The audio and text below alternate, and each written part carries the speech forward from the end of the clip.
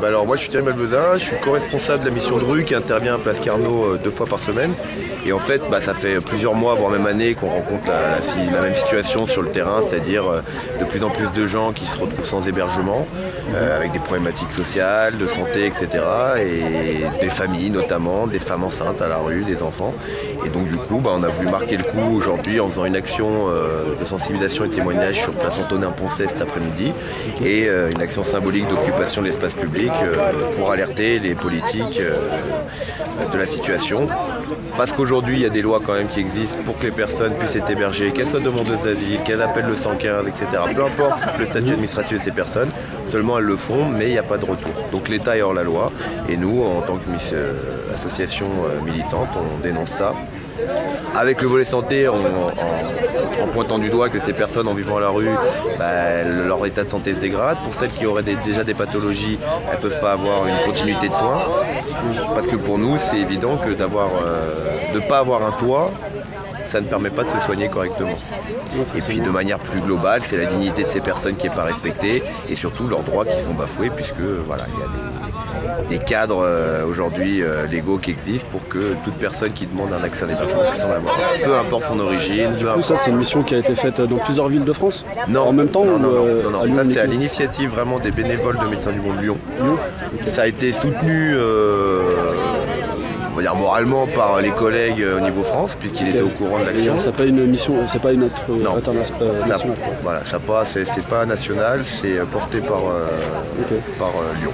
Et vous pensez à toucher un petit peu les élus de Lyon notamment, parce que du coup c'est eux que vous visez particulièrement ou... On espère, alors on espère pas forcément... C'est des décisions qui se prennent point de vue régional ou national tout ça ? Politiquement, alors politiquement, ceux qui vraiment sont responsables de ça, c'est le gouvernement, donc sur l'aspect hébergement, logement, c'est certains ministères, et au niveau du territoire, c'est le préfet et la DDCS. La DDCS, c'est la Direction départementale de la cohésion sociale. C'est un service déconcentré de l'État. C'est vraiment les deux acteurs, préfecture et DDCS, qui ont le volet hébergement, logement en main. Donc c'est une volonté politique de faire ou de pas faire. Bon, ça, je ne prendrai pas une position, mais en tout cas, eux, ce qu'ils disent, c'est qu'ils n'ont pas assez de moyens pour répondre à la demande. Mais en même temps, ils ne font pas forcément de retour au gouvernement pour dire qu'il nous faudrait plus d'argent.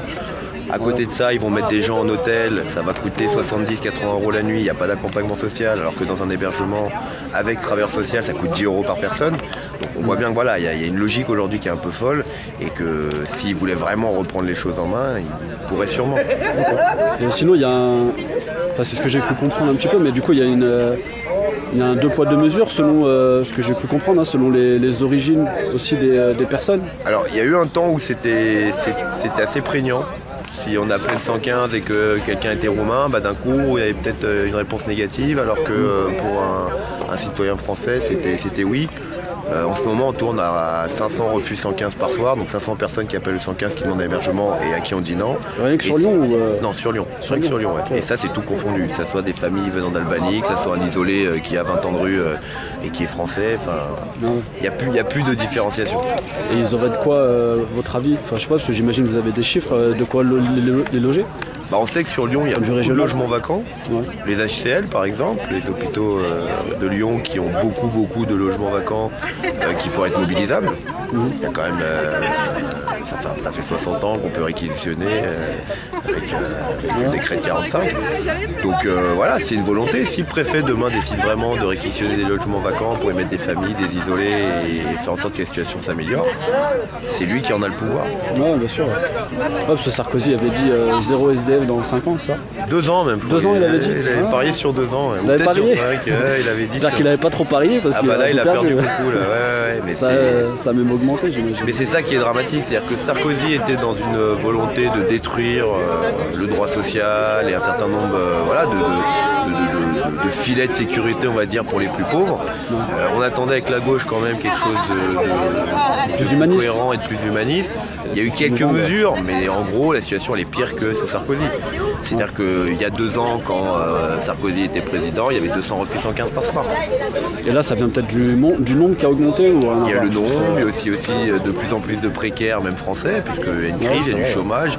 On a des travailleurs pauvres qui augmentent, ce sont des gens qui travaillent mais qui n'ont pas accès à un logement parce qu'ils sont en intérim, parce qu'ils n'ont pas les ressources qu'il faut pour pouvoir être logés. Donc c'est vraiment, il n'y a pas vraiment une explosion des arrivées des migrants, c'est juste que les moyens diminuent et que le nombre de personnes augmente un petit peu et que derrière, voilà, ça crée ces écarts et que ça soit à tous les niveaux. Là, vous avez par exemple des Albanais qui sont demandeurs d'asile. Normalement, la loi dit que quand on fait une demande d'asile, on doit être hébergé. Aujourd'hui, il y a 900 personnes à Lyon, à peu près, qui sont... Il faut que la demande d'asile soit acceptée ou... Non, du moment qu'elle est déposée à l'OFPRA, c'est l'organisme... Légalement, c'est comme ça que ça se passe. C'est comme ça. Du moment qu'on dépose, on doit être pris en charge dans un hébergement. Et comme ils savent très bien que c'est des populations qui vont être rapidement déboutées, c'est à qui on va refuser l'asile, parce que c'est un pays dit sûr. Alors on voit qu'aujourd'hui, c'est pas si clair que ça, mais bon, la preuve que l'ONU a... Il y a beaucoup de choses pas claires. C'est pas très clair au niveau de l'Albanie et puis on est en train de se rendre compte que c'est pas un pays si sûr que ça. L'ONU a baissé un petit peu son degré de sûreté de ce pays, donc ça montre bien qu'il y a des problèmes dans ce pays-là. Mais en tout cas, ces gens-là, normalement, de leur demande d'asile, même si on sait qu'elle va être refusée dans 2 ou 3 mois, ils doivent être hébergés. Et aujourd'hui, c'est 900 à 1000 personnes qui sont en demande d'asile, qui sont à la rue. Alors que la loi, la Convention de Genève, les grands articles européens et internationaux font que tout demandeur d'asile doit être pris en charge par l'État qui l'accueille, avant même d'être accepté comme demandeur. J'imagine, vous devez en croiser aussi. Je vous pose la question, parce que c'est une question que nous, même parfois, le fait qu'on fasse des maraudes, il y a des gens qui nous la posent. Ils nous disent que c'est un gros problème. Ils ont un gros problème avec les étrangers. Pour eux, en fait, s'il y a autant de personnes dans les rues, c'est essentiellement pour eux, les gens, c'est qu'à rester chez eux, quoi. Ils n'arrivent pas à comprendre que chez eux, il peut y avoir aussi des problèmes et que c'est pas non plus très facile de changer de pays, c'est qu'il y a quand même des soucis. Je sais pas si vous avez un message, peut-être que vous avez plus d'expérience, de leur expliquer les choses à ces gens-là, ceux qui pensent que... Ce qu'il faut leur expliquer, à mon avis, c'est que c'est pas la faute des migrants, c'est la faute des politiques, c'est que, on le voit bien, c'est tout ce qui est mis en place aujourd'hui, c'est dans le but justement de les faire repartir, de leur montrer qu'ici ils n'auront rien. Donc on sait très bien que chez eux il y a un problème de fond, il n'y a pas de travail. Je veux dire, pour ce qui est des pays d'Europe, en plus, légalement ils ont le droit, il y a la libre circulation. Bien sûr. Aujourd'hui. Un Roumain qui circule en France, il a... Sauf que moi il y a des Roumains qui m'ont dit, des Roumains et des Bulgares qui m'ont dit qu'il y avait des lois qui avaient été faites spécifiquement pour eux et qu'ils n'avaient pas le droit de travailler. Oui, ça c'est les mesures transitoires. Ils ont en 2014, c'est-à-dire que les Roumains et les Bulgares n'ont pas le droit de travailler dans les autres pays européens. Jusqu'en 2014, c'est le temps d'intégration à l'Europe, ils ont considéré... je veux dire, ils ne se sont pas posé autant de questions pour aller mettre Renault en Roumanie par exemple, ou baisser les salaires et délocaliser beaucoup moins loin que la Chine. Exactement, c'est 2 poids 2 mesures, c'est ça. Ok. Non, mais le message, moi je pense qu'il faut... C'est ce qu'on disait tout à l'heure aux citoyens au voisinage local là, qui n'étaient pas très contents et qui venaient un peu gueuler. Vous avez eu des petits... c'était intéressant du coup, on voyait ça permet d'en discuter. Mais ce qu'ils ont du mal à comprendre, c'est que les responsables, c'est pas les migrants, c'est pas nous, c'est ceux qui sont au-dessus de nous et qui décident. C'est-à-dire qu'on est quand même la France, 4e puissance mondiale, c'est l'Europe, c'est quand même un continent riche. Il y a des choses qui peuvent se faire quand un pays comme l'Albanie, la Roumanie, la Bulgarie, tous ces pays-là ont des difficultés internes et que nous on fait rien, c'est là où l'Europe doit se mobiliser. Et que si on veut vraiment que ces gens-là ne viennent pas ici, il faut améliorer les conditions de vie chez eux. Eux, ils aimeraient bien vivre comme nous, on vit chez nous, tranquillement, avec un travail, une famille, bien sûr. Construire leur avenir. Et surtout qu'en en France, on est quand même beaucoup à venir de manière proche ou plus lointaine d'immigrants. On a tous un aïeux qui vient d'Espagne, de pays de l'Est, d'Italie, du Maghreb. Et on voit bien avec le temps que c'est des personnes qui sont intégrées, qui travaillent, qui vivent avec tout le monde et qu'il n'y a pas trop de soucis en soi. Simplement, il faut à chaque fois une tête de Turc dans un contexte lambda et aujourd'hui, c'est les migrants de l'Est. Du coup, c'est un peu alimenté quand même par les médias et aussi par les politiques, non? Pour dire une chose simple, c'est que le maire en place aujourd'hui à Lyon et puis ses conseillers parlent souvent d'appel d'air. C'est la gauche quand même. Ils ont une politique qui est assez étrange par rapport aux convictions et aux valeurs qu'ils défendent. C'est la gauche de la droite, quoi. C'est la gauche de la droite, une gauche bourgeoise qui effectivement défend les intérêts des concitoyens lyonnais et puis l'état d'esprit des concitoyens lyonnais. Donc forcément que face à ça, eux ils vont pas prendre une position franche. Il y a des élus comme Nathalie Perrin-Gilbert par exemple qui est maire du 1er, qui elle par exemple se bat pour ces publics-là, qui est souvent mobilisée, qui soutient des causes comme celles qu'on peut avoir aujourd'hui et qui continue justement de parler haut et fort pour défendre ces publics. Mais il n'y en a pas beaucoup. Il n'y en a pas beaucoup et c'est vrai qu'il y a beaucoup de conservateurs gauche comme droite à Lyon parce que les votants sont comme ça. Ouais. Ils pensent comme ça, donc du coup ils vont pas aller à l'encontre de ces personnes si elles le Du coup, ça fait peur si on s'imagine que le changement peut venir des politiques. C'est pas très rassurant, ce que vous me dites.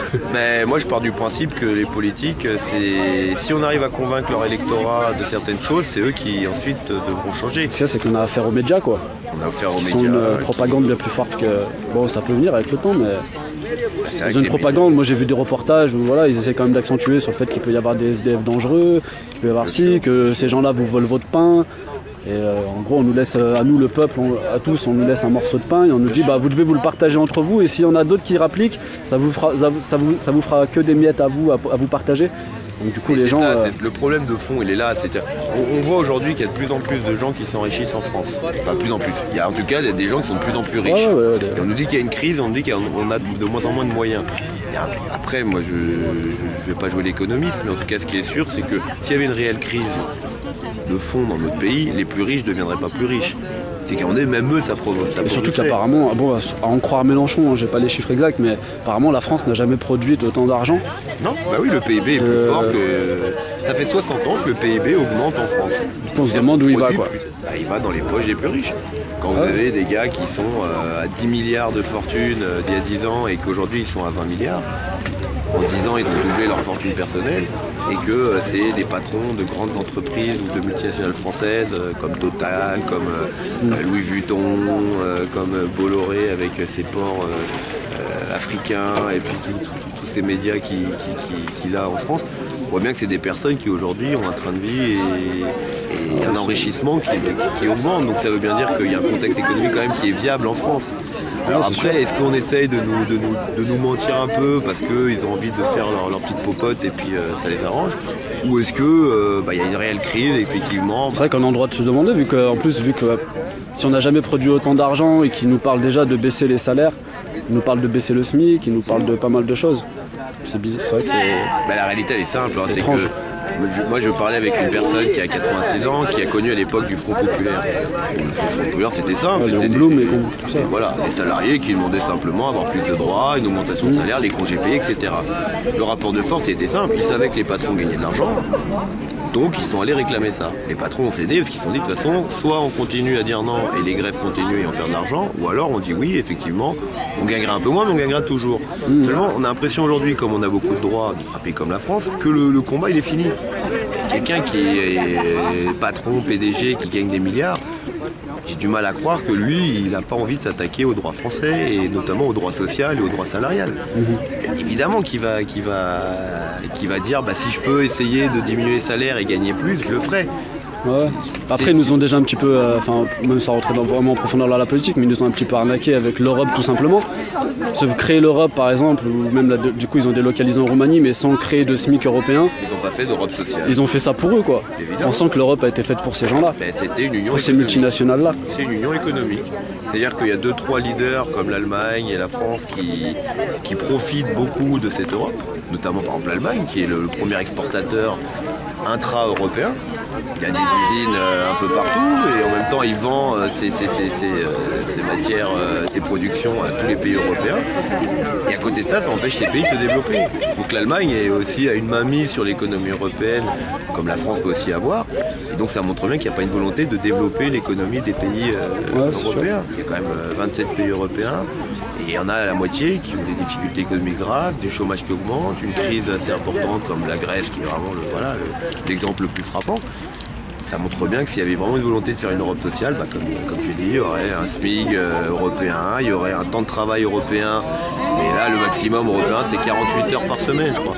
Là, on a 35 en France. Comment on peut se sentir citoyen européen si on sait qu'un collègue de Pologne va travailler 50 heures par semaine, alors que nous, on fera 35 heures. Et pas sous la même paye en plus. J'ai vu Serge Dassault qui se plaignait qu'en France, qui imaginait qu'un jour en France, comme en Chine, on pourrait quand même dormir dans l'entreprise même. Mais oui, ça l'arrangerait bien. Ouais, ils aimeraient bien tous.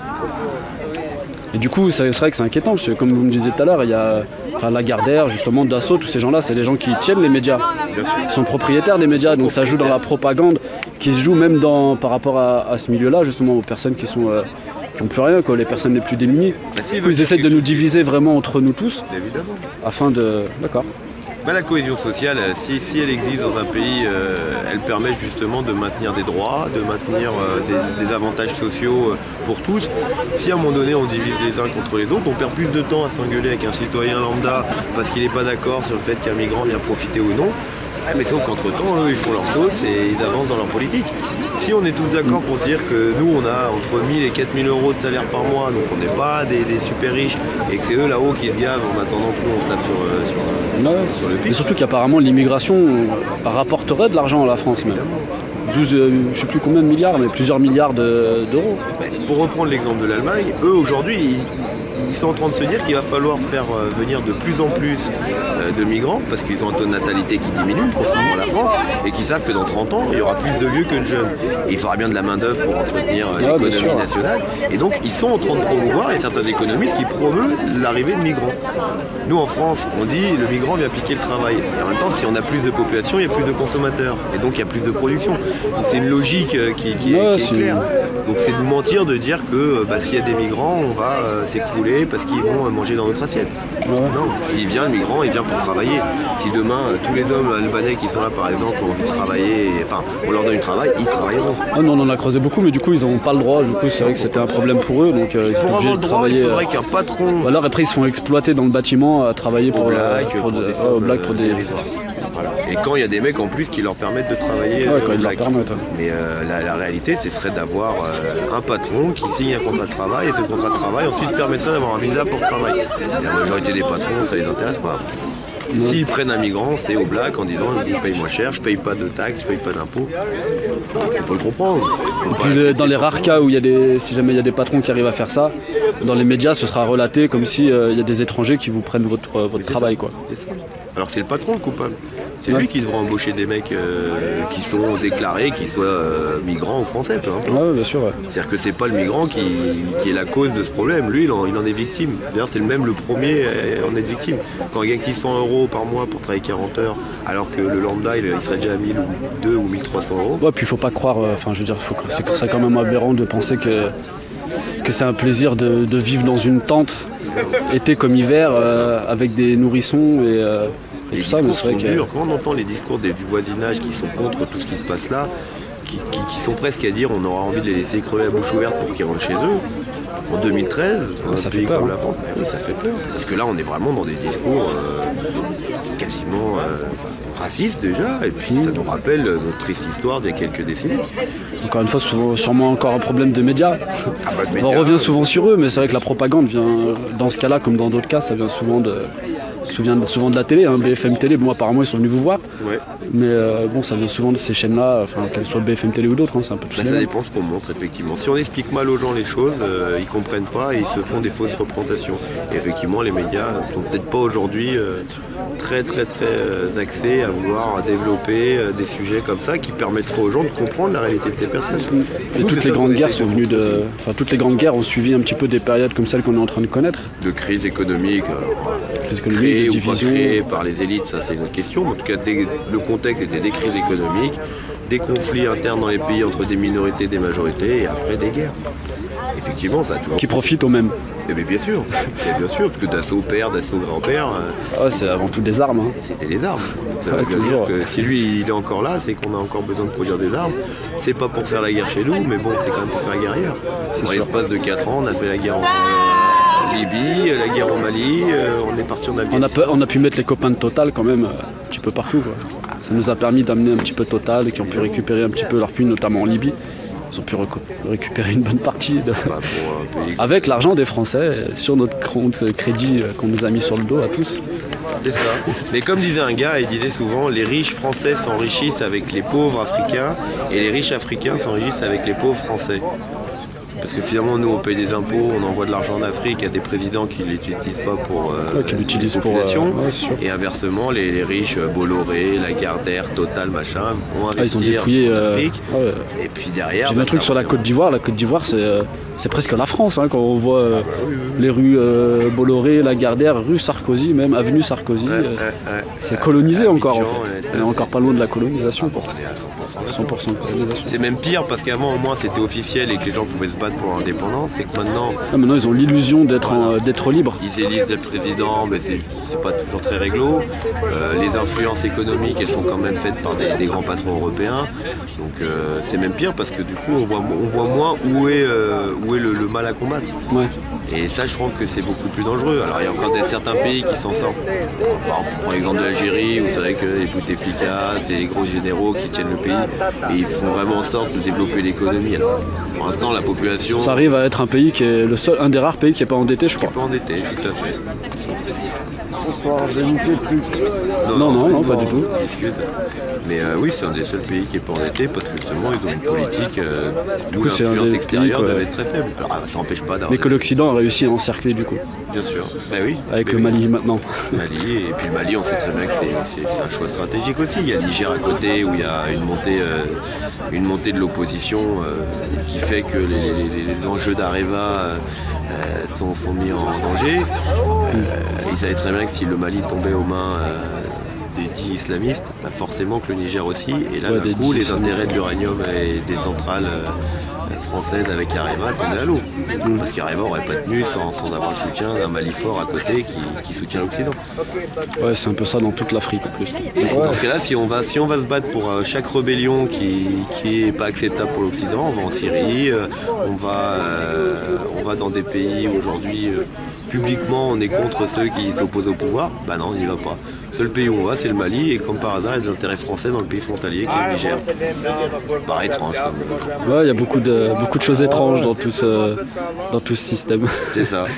On va pas en Corée, mais après il peut... Oui, on va pas en Corée, on va pas à Gaza non plus. Il y a un blocus qui est pire. Gaza, ça ferait très longtemps qu'on aurait dû aller à Gaza pour au moins délimiter les choses et officialiser ces frontières qui ont été signées en disant maintenant on bouge plus.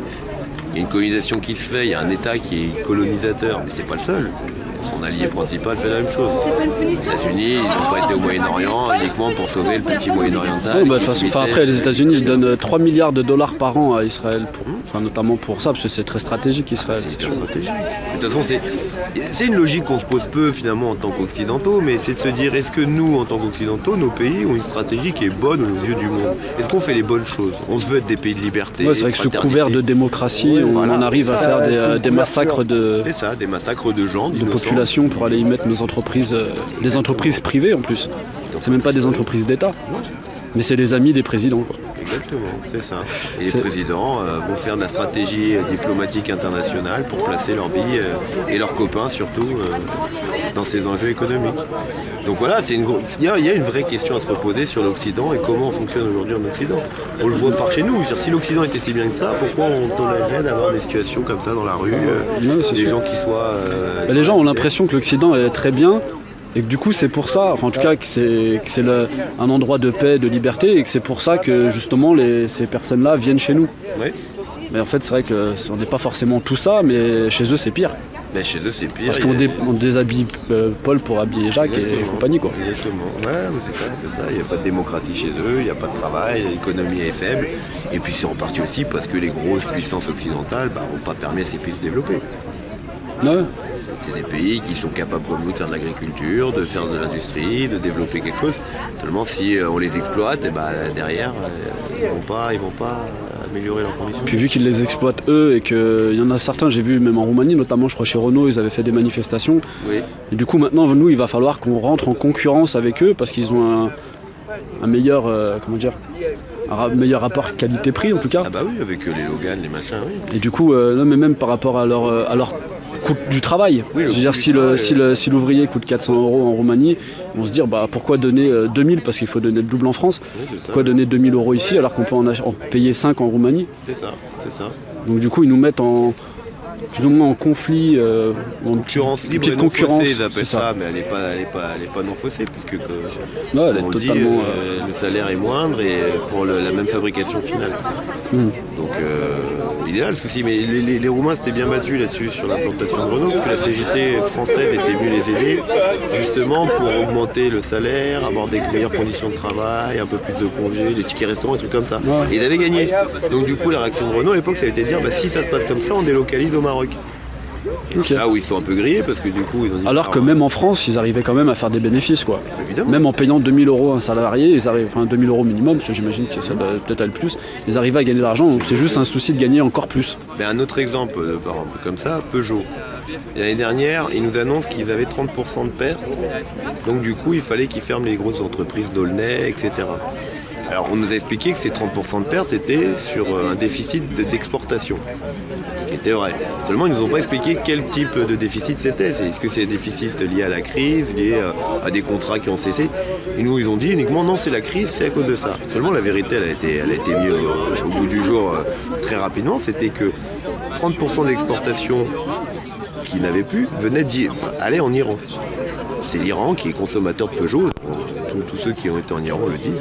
On voit des vidéos, des Peugeot de partout, des 306, des 406 et machin.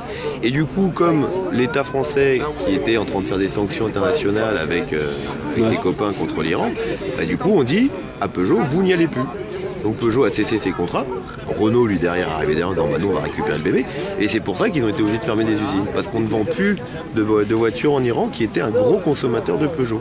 Et au lieu de nous dire la vérité, de dire voilà, c'est une stratégie politique, et donc on est obligé un peu, pour se retrouver dans nos comptes à la fin, de fermer des usines. Non, ils nous disent c'est la crise. Et c'est pas la crise sur ce coup-là. C'est un choix diplomatique de dire on veut punir l'Iranien, donc on lui fait une sanction économique. Là, ce qui veut dire qu'ils sont prêts à mettre à nous mettre le peuple en crise. Bien sûr. Pour des intérêts qui leur sont propres, personnels, quoi. Nous, aujourd'hui, l'Iran... il nous a rien fait, il nous a ni menacé, ni inquiété, ni attaqué, ni... Ils voulaient développer le nucléaire. Bon, nous, on l'a. Sous prétexte que le président ne nous plaît pas, on commence à prendre des positions fortes. Oui, surtout que selon même le droit international, rien ne l'empêcherait de le faire.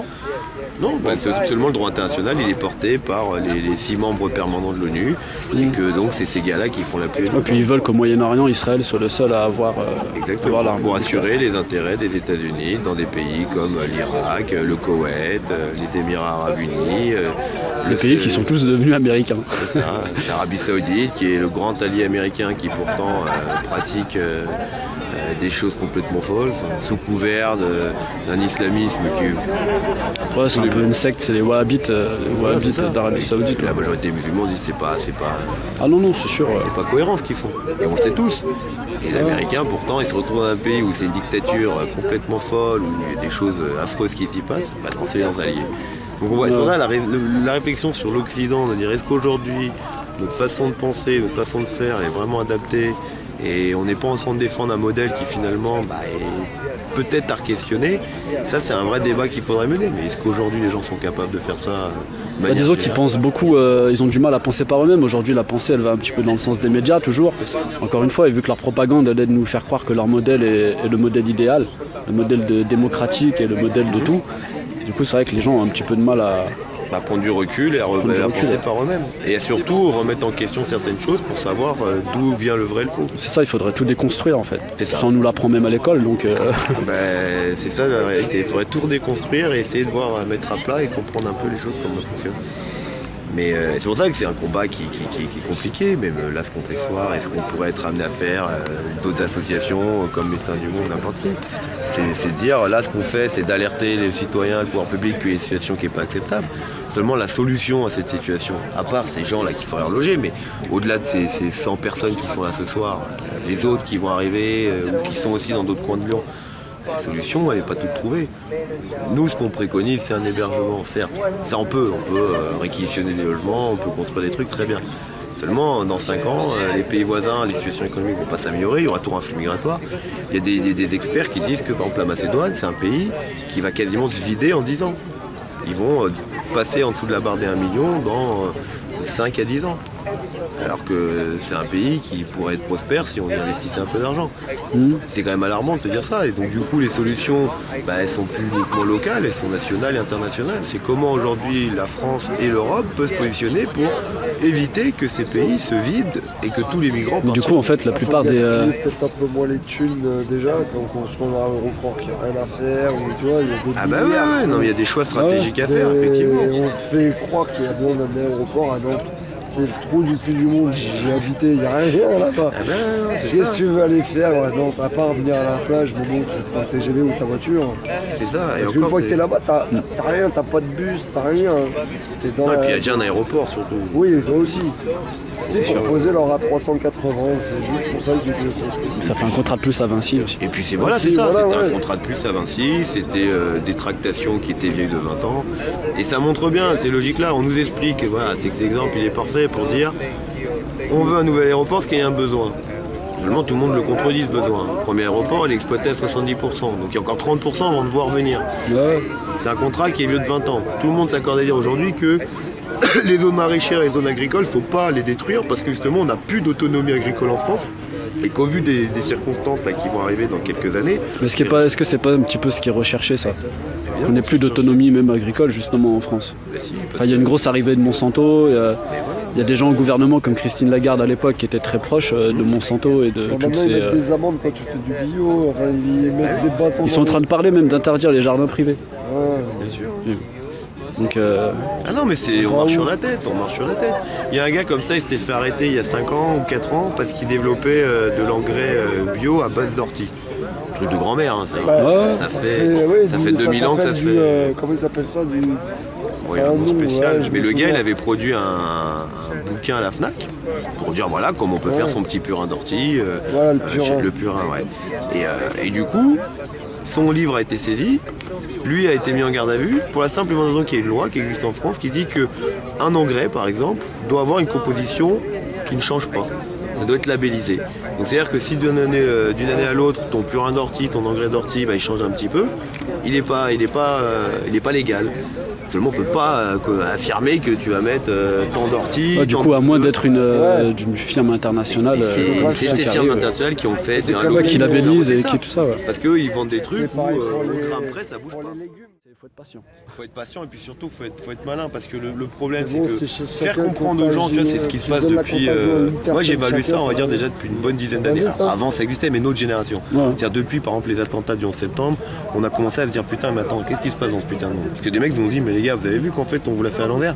Et les gens ont dit comment ça on a fait à l'envers? Alors au début t'avais les gros mythos de service, on accusait les gars de complotistes, de machin, de fous furieux, mais qu'est-ce que tu racontes?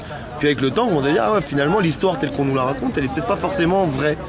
Ou alors elle est interprétée parce que c'est l'histoire proche. À mon avis, quand Henri IV il est mort, t'imagines bien que 10 ans après, ils ont raconté des choses qui aujourd'hui seraient complètement décalées. Parce que le contexte de l'époque faisait qu'on racontait pas ce qu'on raconte aujourd'hui, parce qu'il y avait des sphères d'influence, parce qu'il y avait des lobbying, parce qu'il y avait un nouveau roi en place, que c'était sa famille et qu'il avait peut-être pas envie qu'on raconte n'importe quoi. Et nous aujourd'hui, on arrive à comprendre ça, notre génération, que finalement, on le voit avec les médias, internet, tout, t'as plein de choses qui circulent là-dessus. C'est pas que de la vérité, mais c'est de la remise en question. De dire ce qu'on nous raconte, c'est pas vrai. On part ce postulat de départ pour justement mieux le déconstruire et mieux comprendre qu'est-ce qui est du vrai et qu'est-ce qui est du faux. Et c'est comme ça qu'à mon avis, on peut arriver à un moment donné, effectivement, comme tu dis, à changer un peu l'état d'esprit. Seulement, le risque, à mon avis, c'est que beaucoup de gens, quand tu les déstructures comme ça dans ces repères, à dire bah ça c'est faux, ça c'est faux, ça c'est faux, tu les mets encore plus en panique. Et si t'as pas de réponse à leur apporter, là c'est niette. Le mec il se referme comme une bulle, il fait du déni. Nous c'est pour ça qu'on a, je te parle pas. C'est pour ça qu'on a la musique à côté, où on se permet, nous en tout cas, de proposer des solutions que les gens prennent ou prennent pas. Mais peu on importe propose si elle est bonne ou pas bonne ou s'il est prenne ou pas. Mais au moins t'arrives pas sans outils derrière. Non, faut pas arriver avec rien, c'est sûr. C'est ça. Parce que si en fait, les gens ont besoin ne croyez pas ce qu'on vous dit, le mec il va se mettre en mode parano quoi. Ah ouais, c'est sûr. C'est-à-dire que dès qu'on va te dire un truc, non mais moi il faut que je croie personne. J'ai un pote comme ça, il a viré justement parce qu'il était dans cette démarche aussi de dire moi je veux remettre tout en question. Et un jour il a tellement tout remis en question, c'est-à-dire que de l'histoire, de la réalité, du présent, de tout, des concepts aux politiques, à l'art, enfin tout ce qu'on lui disait, il dit on peut remettre en question. Sauf qu'à un moment donné, il n'est pas devenu fou, mais il a dit ouais il faut que je me calme parce que en gros j'ai plus de repères, j'ai plus de base, je suis qui, je suis quoi, je vis dans quoi, et toi t'es qui, enfin, on vit aussi avec ce qui nous entoure et avec une forme de vérité. Pas la vérité appartient à personne. Non pas la vérité, mais c'est vrai que cette déconstruction Enfin, je veux dire, l'affaire, elle est vraiment pas évidente. Hein. Il y a beaucoup de gens qui ont. Enfin voilà quoi, c'est une grosse déconstruction. Il y a beaucoup de choses à remettre en question. Et quoi. surtout que dès que tu commences dans ce processus-là, tu te rends compte que ça, tu le déconstruis, ça.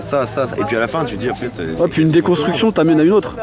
Parce que souvent tout est lié. Enfin d'ailleurs, on l'a vu encore une fois, comme on a dit tout à l'heure dans notre conversation, mais vu que tout est lié, à partir du moment où tu arrives à déconstruire quelque chose, un modèle que tu avais, tu te rends compte qu'en déconstruisant ce modèle, bah en fait celui qui est à côté est plus très crédible non plus. Alors du coup tu es obligé de le remettre en question et c'est vrai qu'ainsi de suite tu peux aller très loin. C'est ça. Et tu peux limite jamais t'arrêter parce que c'est un puissant fond cette affaire. D'où le fait, moi c'est un conseil que je me donne et que je donne aussi aux gens, c'est de dire déconstruisons, mais à chaque fois essayons quand même de trouver une réponse aux choses. De propositions. Voilà, au moins pour être rassurant par rapport aux personnes. Ouais. Même si c'est dans Même un si temps, la réponse n'est pas forcément rassurante, le fait qu'elle soit là, c'est déjà une bonne chose. C'est sa présence plus que son contenu. Ouais, c'est vraiment ça. C'est le vide, ça fait peur aux gens. Non, c'est sûr. C'est pour ça qu'il y en a qui savent qu'il y a quelque chose de louche, mais qui veulent pas déconstruire parce qu'ils se disent au moins j'ai quelque chose quoi. Voilà, je sais pas ce qu'il y aura derrière. Il y a de la matière. Ok. Bon, on va pas t'embêter plus longtemps. Ouais, je sais pas quelle heure il est. Je te remercie en tout cas. Bah merci à vous les C'était cool. gars et puis au plaisir de se revoir. C'était cool. Merci. Hein